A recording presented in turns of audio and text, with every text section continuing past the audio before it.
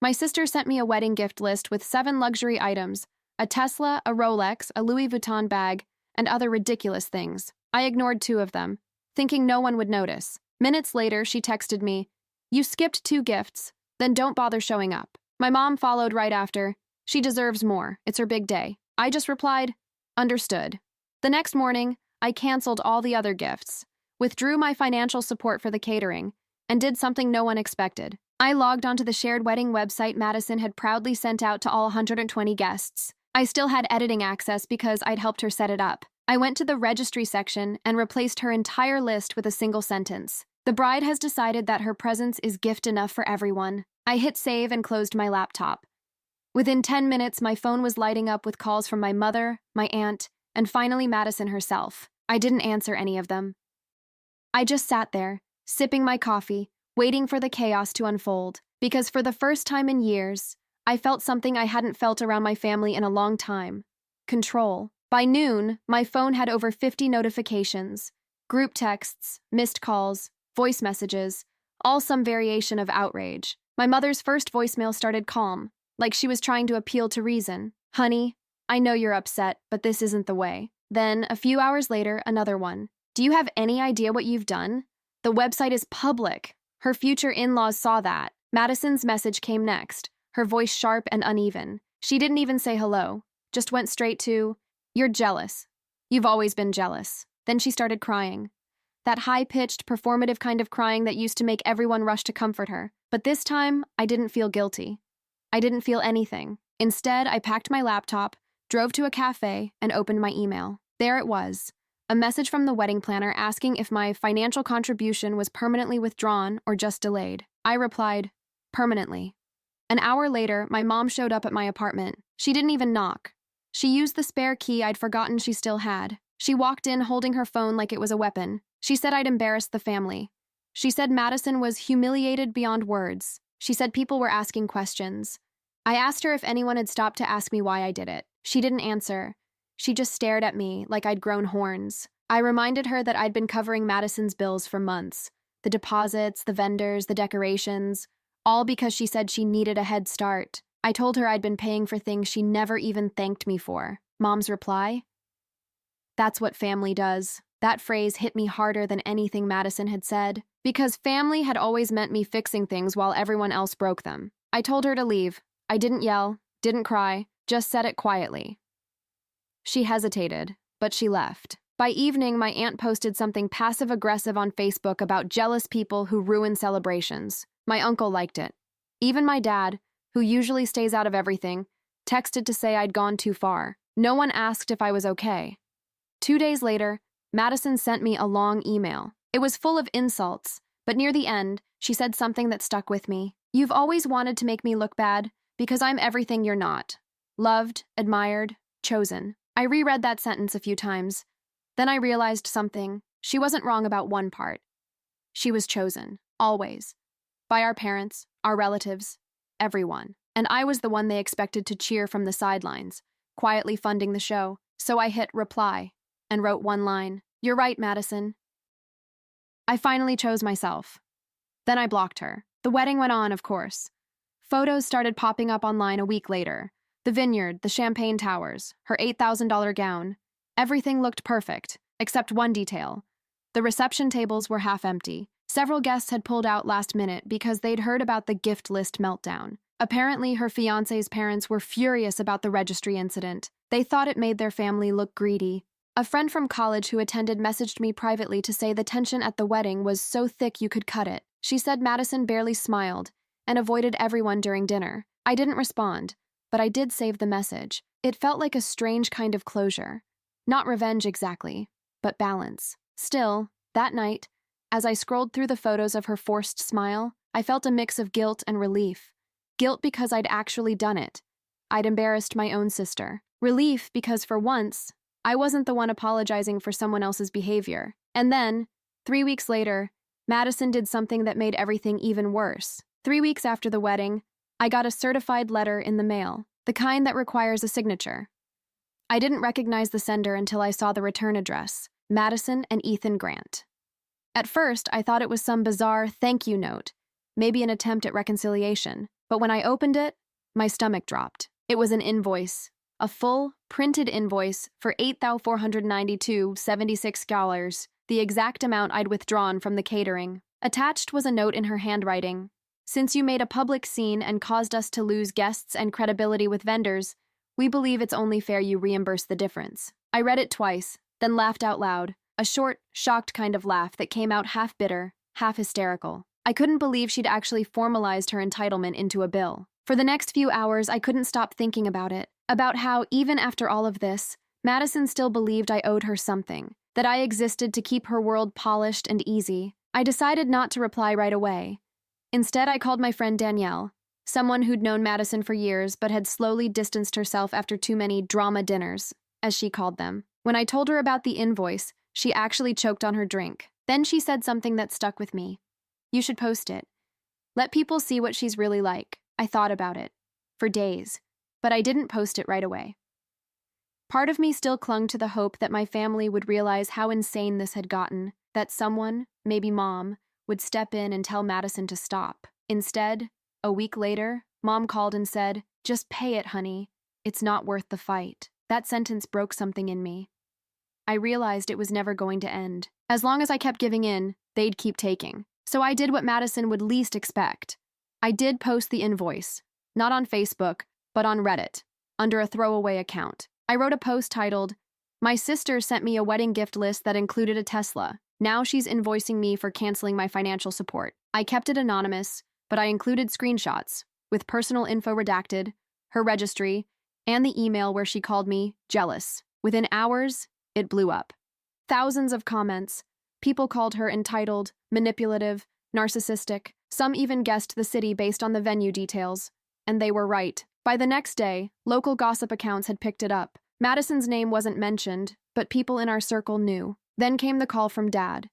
He said I'd crossed a line, that Madison was being harassed. I told him I never mentioned her name. He said that didn't matter. Everyone could tell. Apparently, Madison's new husband's company had started getting calls about that viral bride. Ethan wasn't amused. He made her delete her Instagram and issued some vague, "We're taking a break from social media" post. Mom said I'd ruined her marriage. But I didn't feel triumphant. Just tired. Because deep down, I hadn't done it to humiliate her. I'd done it to finally be seen. To make people understand what it's like to be someone's invisible backbone until you snap. Still, the silence that followed was brutal. No calls, no texts. Holidays came and went. I wasn't invited. For the first time in my life, I spent Thanksgiving alone. It felt strange at first, quiet, almost too quiet, but then it felt peaceful. Until one afternoon, 2 months later, when Ethan, Madison's husband, showed up at my door. He looked exhausted, like he hadn't slept in weeks. He said he just wanted to talk. And what he told me changed everything I thought I knew about their marriage. When I opened the door and saw Ethan standing there, my first thought was that Madison had sent him, that this was some dramatic attempt at reconciliation or, worse, intimidation. But his expression wasn't angry. He looked defeated. His tie was loose, his eyes red, his tone quiet in a way that felt unfamiliar for someone like him, a man I'd only ever seen in expensive suits and polite smiles. He asked if he could come in. I hesitated but stepped aside. We sat in the living room. He didn't touch his coffee, just stared at the mug while rubbing his thumb along the rim. After a long pause, he said, "I owe you an apology." That caught me off guard. He explained that the wedding had been a disaster, not just because of what I'd done, but because of everything leading up to it. Apparently, Madison had been lying to him for months about money. She'd told him I had offered to cover most of the expenses because I was well off and liked helping family. She'd even forged a few payment confirmations to keep him off her back. So when I withdrew the catering payment, Ethan thought I was sabotaging them out of jealousy. Madison had told him I was unstable, that I'd always hated her. But after the honeymoon, things started unraveling. Vendors started calling him directly, saying payments had bounced. Then the Reddit post went viral. He said, "I didn't believe it was her at first. I thought it was some exaggeration. But then I saw the screenshots and I recognized her writing. I didn't know what to say." Part of me wanted to feel vindicated. Another part just felt numb. Ethan went on to say that Madison had spiraled. She'd been fighting with everyone. Him, her friends, their parents. Apparently, she blamed me for everything, even though most people already suspected she'd been behind the gift list and the invoice. He said, She's talking about suing you, but I don't think she'll actually do it. She doesn't have the money, and honestly, she knows she'd lose. I asked him why he was telling me all this. He sighed and said, "Because I'm leaving her, and I wanted you to hear it from me." I didn't react right away.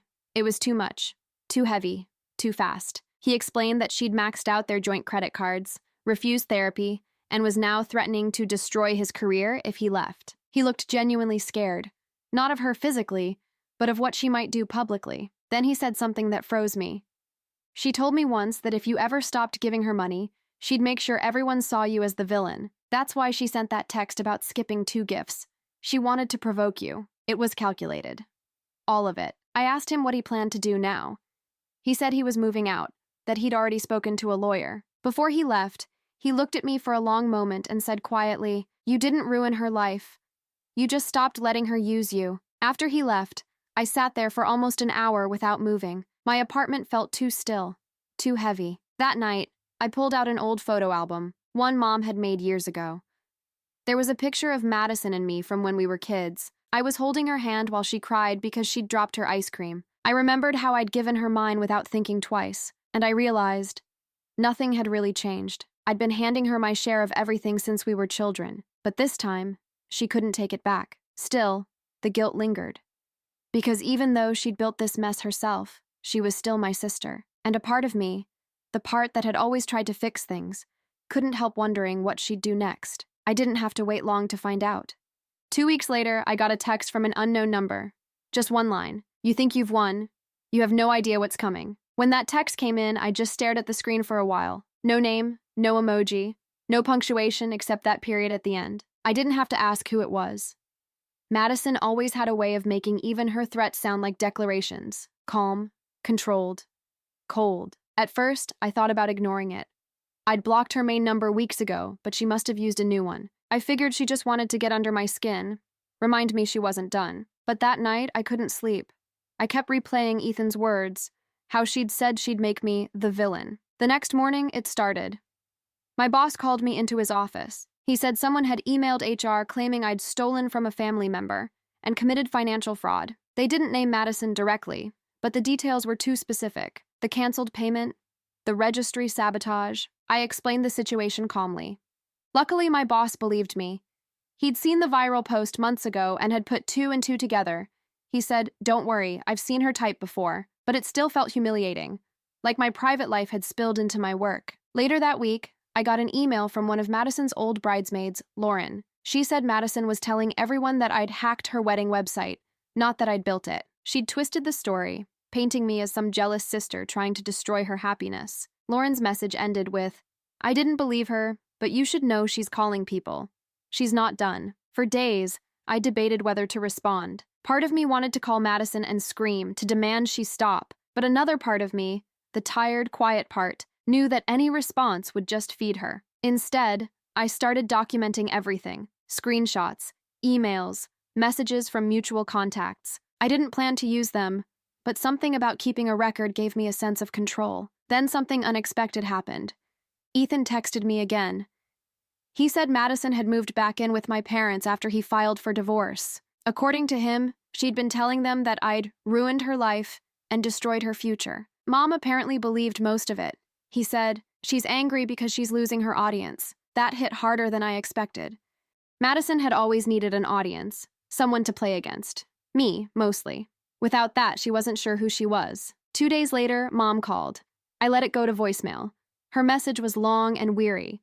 She said she didn't know what to believe anymore. She said Madison was hurting. She asked if I could just talk to her one last time. I almost deleted the voicemail. But then I thought maybe closure would mean actually ending it face to face, so I agreed. We met at Mom's house the following Sunday. The atmosphere was heavy before I even walked through the door. Mom hovered like a referee, wringing her hands. Madison was sitting on the couch, arms crossed, phone in her lap like a shield. She looked different. Tired, thinner, but still defiant. She didn't apologize. Not even close. She started by saying, "You made me a joke." I told her I'd never wanted to humiliate her, that I just couldn't keep being the one who fixed everything. She laughed.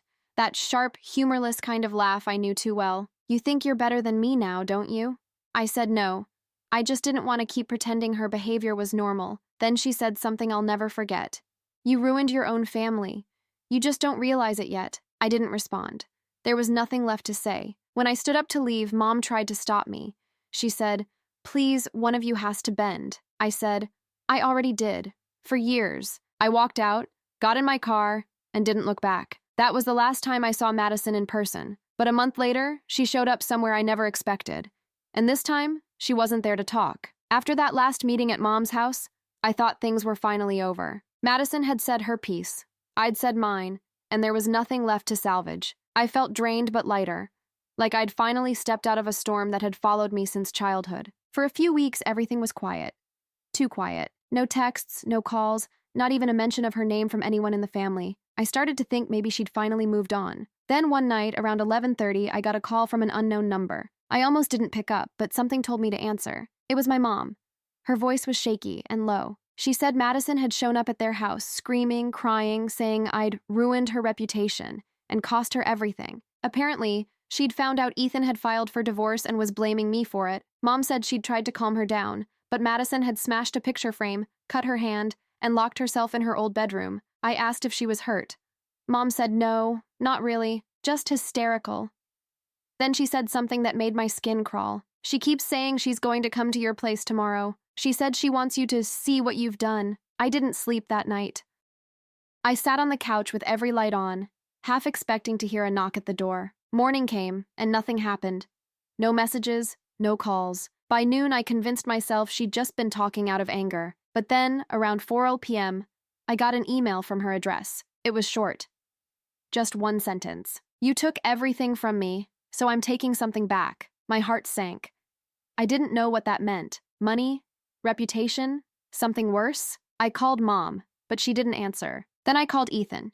He said he hadn't heard from her either, but that she'd been posting cryptic things on her private Instagram story. Things like, "Some debts can't be forgiven." That's when I decided to change the locks on my apartment door. It felt paranoid, but Madison had a spare key from years ago, when she used to crash at my place during college visits. I couldn't take any chances. 2 days passed. Nothing. Then, Saturday morning, I walked outside and froze. Someone had keyed my car. Deep scratches across both doors, one of them spelling a word. Liar. I stood there for a long time, staring at the damage, trying to make sense of how far this had gone. My neighbors must have seen the look on my face because one of them, a retired teacher named Mrs. Dale, came over and asked if I was okay. I said yes, even though I wasn't. That afternoon, I filed a police report. I didn't name Madison directly, just said I suspected who might have done it. The officer took notes, said they'd look into it, but I could tell from his tone he'd seen this kind of thing before. Family disputes that turned ugly and dragged on. That night, I finally called my dad. He sighed as soon as he heard my voice. He said Madison had been unstable lately, that she refused to admit anything was her fault, that she'd been telling everyone she lost her husband, her friends, and her dignity because of me. I asked him if he believed that. He didn't answer right away. Then he said quietly, "I think she believes it." That was almost worse. The next day, I went to see Mom. The house looked worn down, like it had aged overnight. Madison wasn't there. She'd apparently gone to stay with a friend from high school. Mom was sitting at the kitchen table with a cup of coffee and red eyes. She said she didn't know what to do anymore, that Madison was slipping away from reality. Then she looked at me and said, "I keep thinking if you could just forgive her, maybe she'd stop." I didn't even respond. Forgiveness wasn't a magic switch. You can't forgive someone who keeps lighting the fire while you're still burning. Before I left, Mom handed me something, an envelope. She said Madison had left it there for me. Inside was a folded piece of notebook paper. On it, written in her sharp, familiar handwriting, were the words, "You made sure everyone hated me.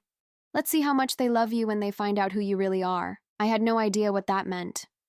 But within a week, I found out. Someone sent an anonymous email to my workplace's HR department, claiming I'd used company funds to pay for family expenses. They attached fake receipts, clearly altered versions of the catering invoices from Madison's wedding. It wasn't subtle.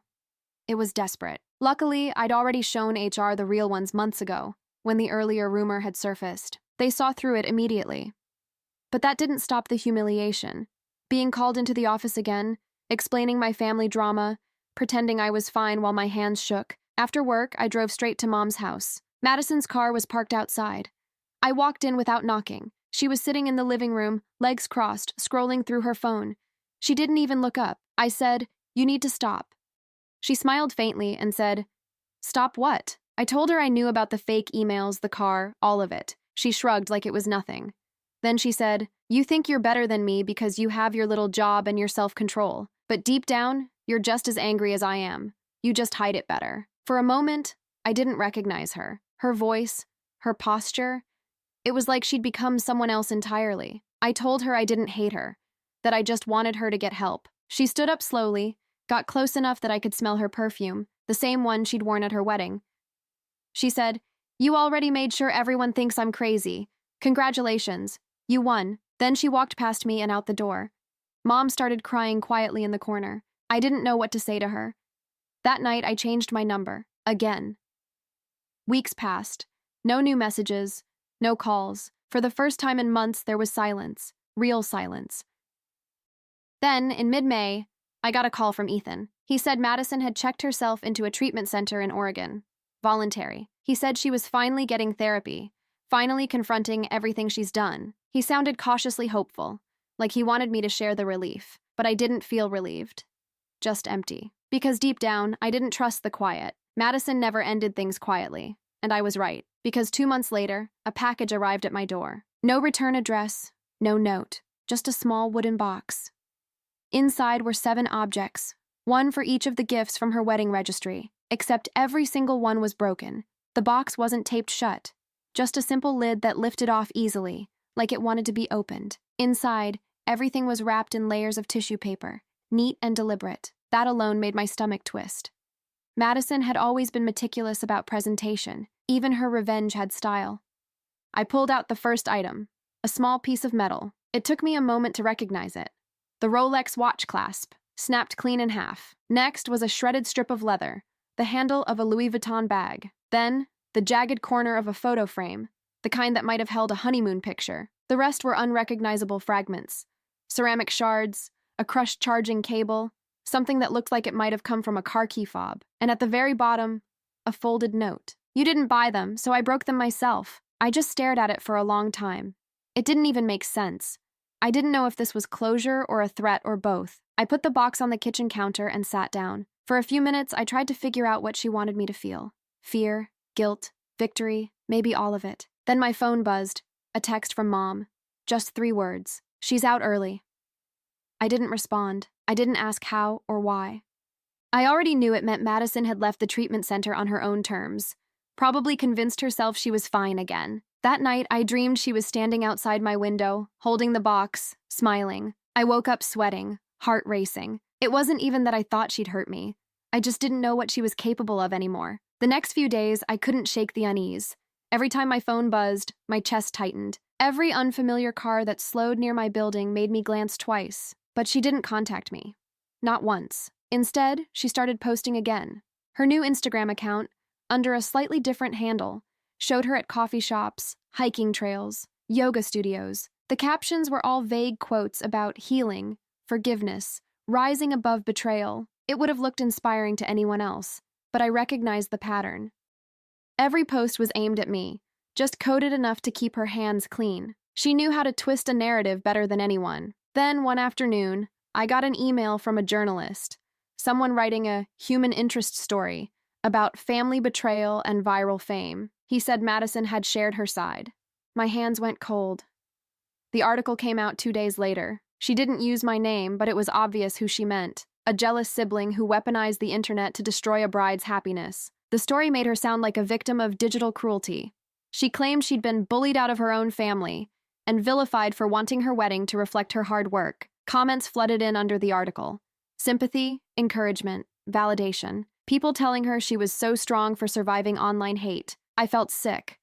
I didn't even bother correcting it this time. I didn't post a rebuttal. I didn't email the journalist. I just shut my laptop and sat there in silence. Because for the first time, I finally understood. I couldn't win. Madison didn't care about truth. She cared about control. If she couldn't have it through guilt, she'd get it through pity. That night, I drove to the old family house. Mom answered the door, looking exhausted. Madison wasn't there. I asked if she knew about the article. She nodded slowly and said, "She promised it was just to clear her name. She said it wasn't about you." I didn't say anything. There was no point. Then Mom added, "She told me she's starting a podcast next month, something about surviving betrayal. She wants to help other women tell their stories." I actually laughed. Not because it was funny, but because it was so perfectly her. I asked Mom if she believed her. She said she didn't know what to believe anymore. Before I left, Mom said quietly, "She's still your sister." And for the first time in my life, I said back, "Not anymore." I drove home with the box still sitting on my passenger seat. At a stoplight, I rolled down the window, pulled the broken Rolex clasp from the pile, and tossed it into a public trash bin. Then another. Then another. One piece at each stop. By the time I reached home, the box was empty. I didn't throw it away, though. I kept the box itself. I put it on a shelf in my closet, right beside a folder labeled Madison Evidence. Screenshots, emails, everything. Not out of spite. Out of self-preservation. Because something in me knew she wasn't done.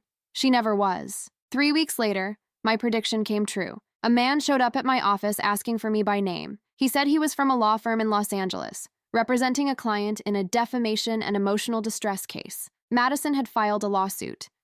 The man handed me a large envelope and asked me to sign a delivery receipt. His tone was polite but mechanical, like he did this every day. I waited until he left to open it. My hands were trembling. Inside was a formal notice of intent to sue. The plaintiff, Madison L. Grant. The accusations, defamation, invasion of privacy, and intentional infliction of emotional distress. The claim listed damages in excess of $250,000. I actually laughed when I saw the number. It was absurd, ridiculous. But the longer I read, the less funny it felt. It wasn't just the amount.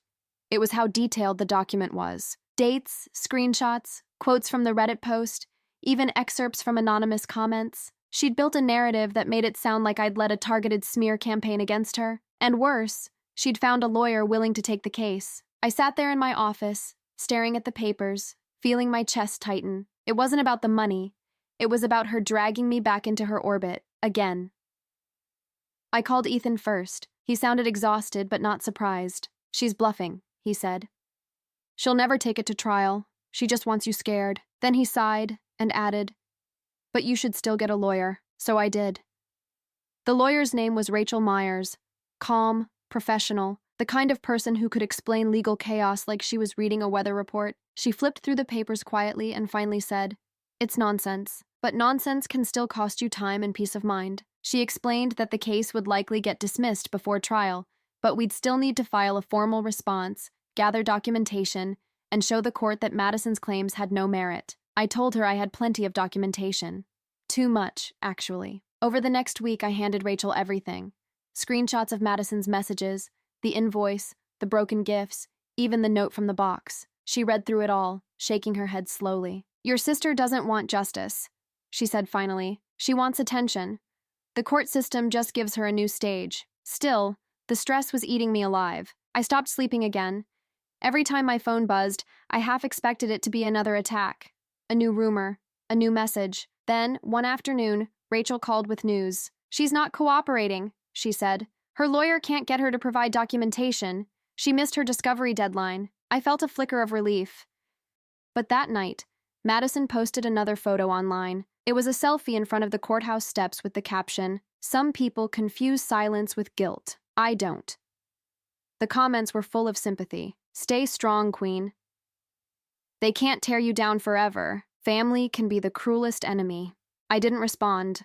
I just closed the app and sat in the dark for a while. 2 weeks later, Rachel called again. The case had been dismissed with prejudice. Madison hadn't shown up to the hearing. It should have felt like victory, but it didn't, because I knew exactly what would come next. The spiral. The part where she realized she'd lost control again, and I was right. That night, Mom called me in tears. Madison had shown up at their house again, this time with bags packed. She'd been crying for hours, saying she had nowhere else to go. Mom begged me to talk to her. Said Madison needed help, said she was broken. I told her I couldn't.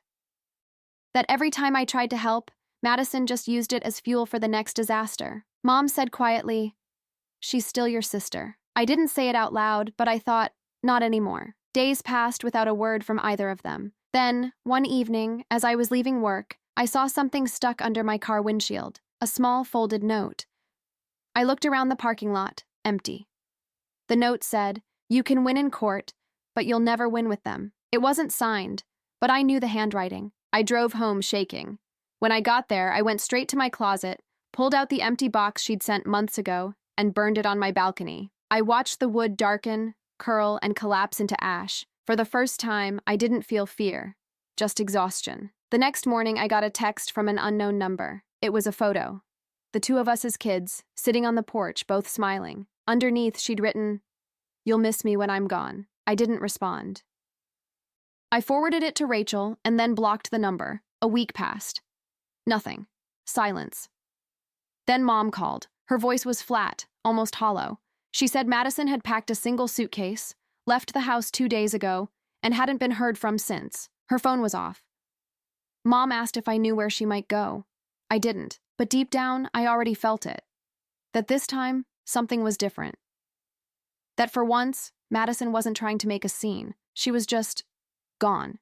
When Mom said Madison was missing, I didn't panic right away. With her, disappearing was always part of the performance. She'd gone silent before, after fights, after bad press, after anything that made her feel small. It was her way of resetting the story. Vanish, make everyone worry, then return with a new version of events that made her look like the victim who needed space. So I told myself it was that again. I told myself she'd show up within a few days with some dramatic caption about finding herself, but 3 days passed. Then 5. No posts, no calls, no sightings. Mom started calling me every night, crying into the phone, saying she'd checked every hospital in the county. Dad filed a missing person report. Ethan said he hadn't heard from her since the day the lawsuit was dismissed. For the first time, I felt something I hadn't let myself feel in months: fear.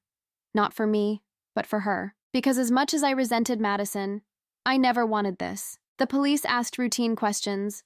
When we last spoke, whether she'd seemed suicidal, whether she had a history of mental illness. I told them the truth. She was unstable, but she loved attention too much to just disappear voluntarily. They said they'd keep an eye out, but I could hear it in their voices. They'd seen this before. Adults vanish all the time. Unless there's a body or a crime, it's not urgent. A week went by. Nothing. Then Mom called again, this time sounding different. Calmer, almost numb. She said she'd gotten an envelope in the mail. No return address, postmarked from somewhere in Oregon. Inside was a letter from Madison. Mom's voice broke when she read part of it aloud. "I need time to be somewhere that doesn't know my name. Don't look for me. This isn't goodbye, it's a reset." No location, no clue, no explanation, just that line. It was exactly like Madison. Even her disappearances had branding. For Mom, that letter was enough to quiet the panic. For me, it only made things worse. Because if she really had gone somewhere new, it meant she'd built an entire new identity, another version of herself to start over with. And if she had done that before, what stopped her from doing it again? Over the next few months, I tried to move on. I changed jobs, moved to a smaller apartment, stopped using social media. I told myself I was finally free. Sometimes I even believed it, but every few weeks, something small would happen that pulled me back into her orbit. A florist called saying someone had ordered flowers under my name for my mother's birthday, hundreds of dollars worth. I hadn't. Then a package arrived at my office. No note, just a box of seashells and a single word written inside the lid: "Forgive." I didn't report it. I just threw it away. But one night, as I was coming home, I saw a car parked across the street. Silver, engine running, headlights off. I couldn't see who was inside. It drove off as soon as I approached. Maybe it was nothing, but my gut told me it wasn't. A few days later, I got an email from an address I didn't recognize. The subject line said, "You're telling the story wrong." The body of the email had no text, just an attachment, a photo. It was Madison, sitting on a beach somewhere. Wind in her hair, eyes squinting against the sun. She looked healthy, almost happy. I didn't know whether to cry or delete it. For a few weeks after that, more photos arrived. Always from different emails, always of her in new places. A coffee shop, a small bookstore, a bus stop. Sometimes she was alone, sometimes with strangers. No words, no explanations, just proof of life. I started saving them in a folder on my computer labeled Madison Unknown. I didn't tell Mom. She'd already convinced herself Madison was somewhere finding peace. I didn't want to ruin that. But one image stayed with me more than the others. It was a photo of a small handwritten sign taped to a shop window. Madison had clearly taken it herself. The sign said, "We repair what others break." For some reason, that one hurt the most. Months passed again. Life went quiet. Until one morning, I got a letter at work. Real paper, handwritten, no return address, just like before. It said, "You'll never understand why I did what I did, but one day, you'll realize I was teaching you how to let go." No signature, but she didn't need one. I folded the letter and put it in my desk drawer. I didn't cry. I didn't call anyone. I just sat there staring at it. Because she was right, in a way.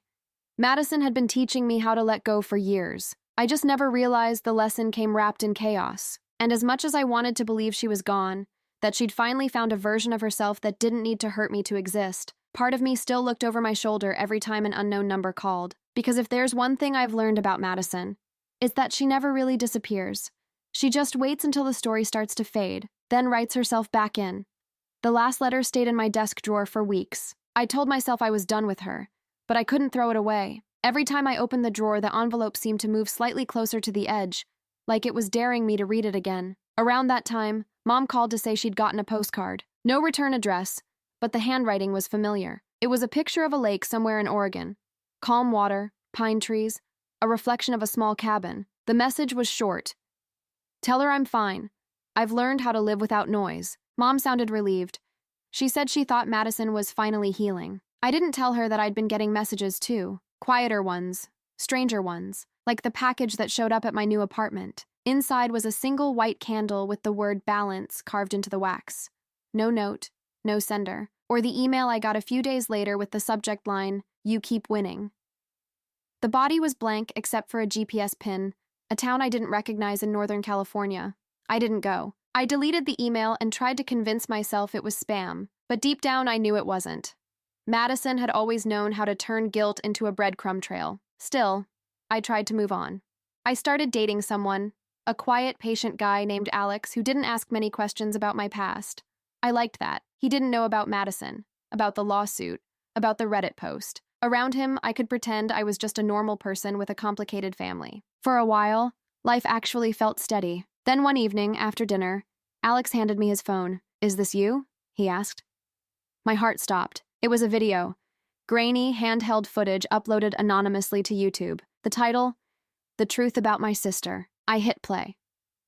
Madison's face filled the screen. She was sitting in a car, parked somewhere dark. Her voice was calm, almost rehearsed. She said she'd been misrepresented, that her own family had turned the internet against her. She never said my name, but she didn't have to. Every detail pointed straight at me. She said she'd forgiven everyone who tried to destroy her, that she'd moved past hate, but that some people never stop lying. Then she smiled. That same soft, rehearsed smile she used to wear in every school photo, and ended with, "The truth always finds its way home." The video had over 40,000 views. The comments were full of people cheering for her comeback. Alex looked at me, waiting for an explanation. I told him the truth, or at least most of it, about the wedding, the gifts, the post, the lawsuit. I left out the parts that sounded unbelievable. The packages, the scratched car, the notes. He listened quietly, then said, "You've got to stop letting her pull you in." I wanted to tell him that's exactly what I'd been trying to do for 2 years. That night, I couldn't sleep. I watched the video again, studying every word, every pause. Madison wasn't angry anymore. She was calm, composed, almost peaceful. That's what scared me most. Madison in chaos was predictable. Madison in control was dangerous. 2 weeks later, Alex and I went out for dinner. When we got back to my apartment, there was a small envelope taped to my door. No name. Inside was a Polaroid photo. Me and Alex, taken from a distance, walking out of the restaurant. On the back, one line, "He doesn't know who you really are." Alex saw it. He looked at me, waiting for me to explain again. But this time, I didn't have an answer. I didn't sleep that night either. The next morning, I went to the police. I showed them the photo, the letters, the emails. The officer nodded politely, said they'd keep it on file. I could tell they didn't take it seriously. That afternoon, I called Rachel, my lawyer. She said, "If she's stalking you, document everything. Don't respond. Don't confront her. She wants your reaction." So I did exactly that. I stopped replying to anything. I changed my number, deleted old emails, moved again, a smaller apartment, no forwarding address. For months, nothing happened. Until one night in early November, I came home from work to find a small box sitting outside my door. No label this time. Inside was a folded napkin from a diner. Written in black marker were the words, "You'll thank me later," and underneath it, a photo of a newborn baby, a little girl. At the bottom corner, in the faint, looping handwriting I'd known my whole life, it said, "Her name is Grace." My chest went cold. I hadn't heard anything about Madison having a child. Not from Mom, not from Ethan, no one. I picked up my phone, but before I could dial, I noticed the back of the photo. There was another note. "Don't call them.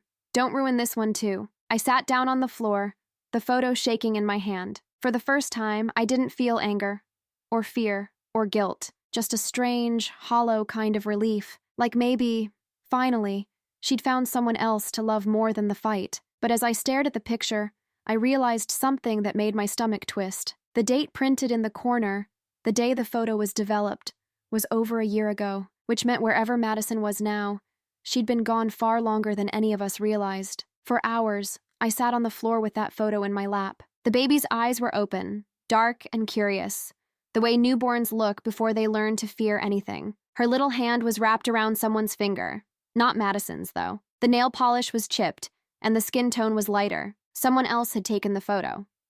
I stared at the date again.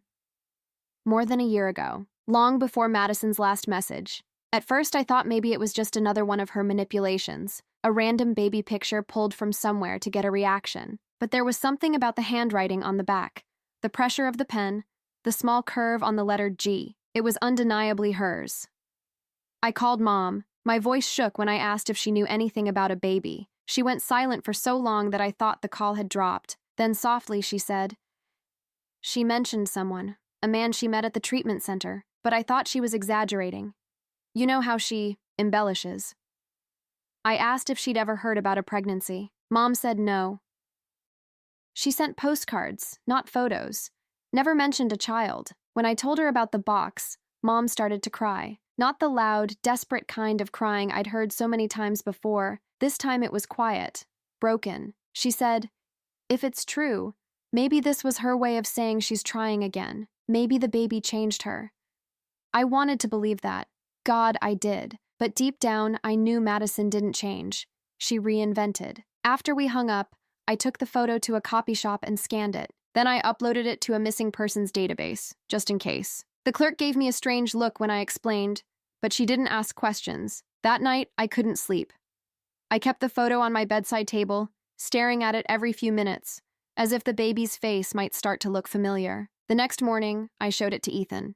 He hadn't heard from Madison in over a year either, but when he saw the picture, his expression changed instantly. "That's her handwriting," he said, his voice low. "But that's not her baby.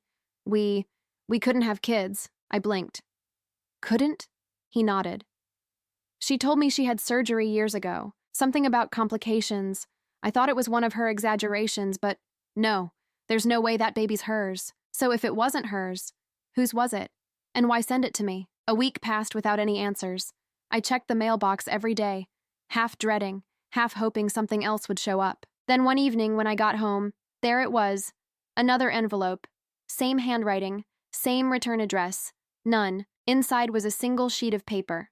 On it, Madison had written, "Sometimes you have to raise someone else's child to learn what being human feels like." My hands started to shake. I drove straight to my mom's house. She was sitting in the living room, flipping through a photo album like she'd been waiting for me. I showed her the note. She pressed it to her chest and whispered, "She must be safe somewhere. Maybe she's helping someone. Maybe she's finally doing something good." But I could see the fear in her eyes. Because Madison didn't send messages for comfort. She sent them to provoke, to keep control, even from a distance. That night, I couldn't stop thinking about the phrase, "someone else's child." Was it literal? Metaphorical? A warning?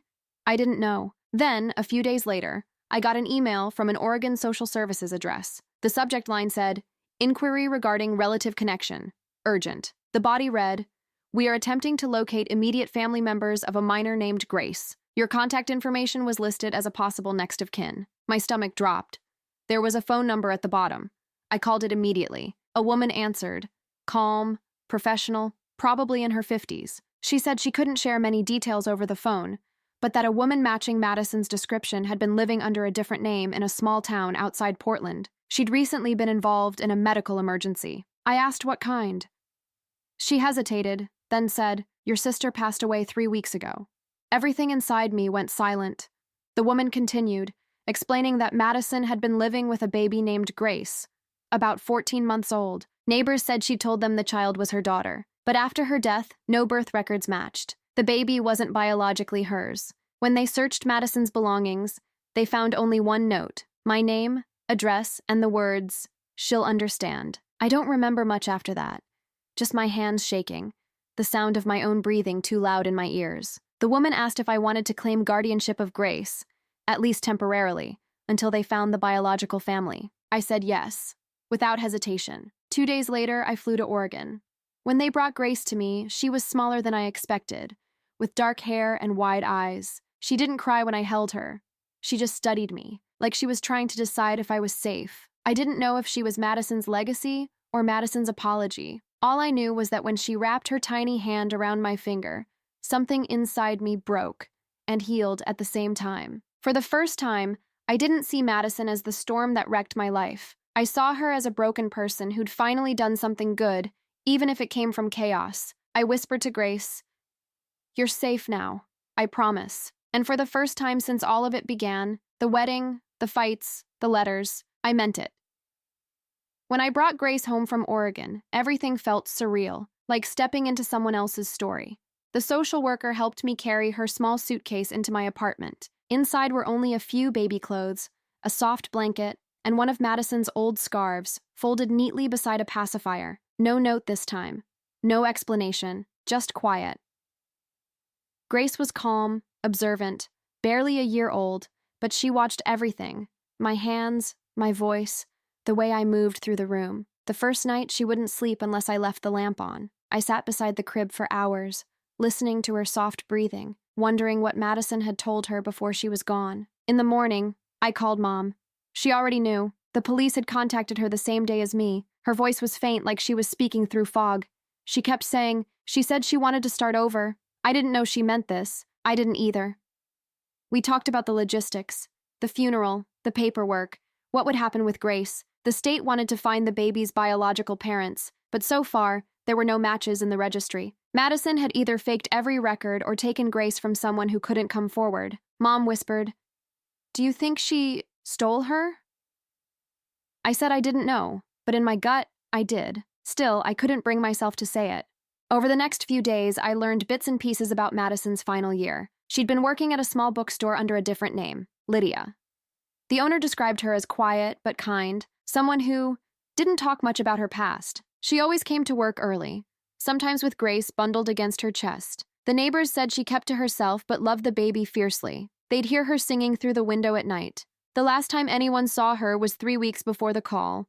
She'd left the store early, said she didn't feel well, and never came back. The medical report said it was an aneurysm, sudden, peaceful even. The word peaceful felt like an insult. Madison had never done anything peacefully. Still, when I went to collect her belongings, I found something that made me stop cold. In the bottom drawer of her dresser, there was a notebook, one of those cheap spiral-bound kinds. The first few pages were blank.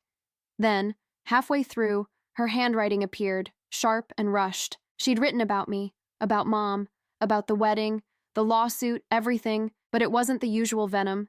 It was reflection. She was right about me. I was addicted to control. Every time she stopped forgiving me, I tried to find new ways to make her responsible again. Maybe I thought if she hated me, she'd still need me. I had to stop reading. My chest hurt too much, but there was more. The last page read, "Grace isn't mine, but she saved me." I thought if I could protect her, maybe I could learn how to be someone worth protecting. If my sister ever finds her, tell her this. I wanted her to have the life I couldn't give. That was it. No explanation of where Grace came from, no clue who her real parents were, just that final, unfinished thought. When I handed the notebook to the social worker, she looked at me carefully and said, "You understand that if no one claims the child, you'll be considered next of kin." I nodded. I already decided. The funeral was small, just me, Mom, Dad, and Ethan. Mom cried the entire time. Dad didn't speak. Ethan stood at the back of the room, hands in his pockets, face unreadable. After the service, he walked over and handed me something, a small box. Inside was Madison's wedding ring. He said she'd left it behind when she left him. "I think she wanted you to have it," he said. I didn't believe that, but I took it anyway. That night, when I got home, Grace was asleep. I sat beside her crib and turned the ring in my fingers, watching it catch the light. For the first time, I realized I wasn't angry anymore, just tired. Tired of the years Madison had taken from me, tired of the noise she left behind, but also, and this was the part that broke me, I missed her. Not the chaos, not the lies, but the little girl who used to hide behind me during thunderstorms, the one who cried over spilled ice cream. I whispered to Grace, "Your mom, she was complicated." I didn't know if it was true, but it was the kindest version of the truth I could manage. Weeks turned into months. Grace started walking, babbling, pointing at things. Sometimes she'd reach for the old scarf Madison had left in her bag and hold it close like a blanket. I let her keep it. One afternoon, as I was folding laundry, she toddled over, holding a photo from the shelf, one of me and Madison as kids. Grace pointed at it and said, "Mama." My throat tightened. I didn't know if she meant Madison or me. Maybe it didn't matter. Because in that moment, standing in the quiet light of my apartment, I realized that Madison had left me the one thing I'd never expected, a chance to rewrite our story. Not through forgiveness, through care, through choosing to break the pattern. I whispered, "You're safe now." And for the first time, I didn't feel haunted by Madison. I felt released. Still, sometimes, late at night, when the house is quiet, I imagine her voice, not angry, not pleading, just soft. "Take care of her. Do it right this time." And I whisper back, "I will." Because after everything, the lies, the fights, the chaos, Madison finally taught me what she never could learn herself: how to stop trying to fix someone who doesn't want saving and start loving someone who does.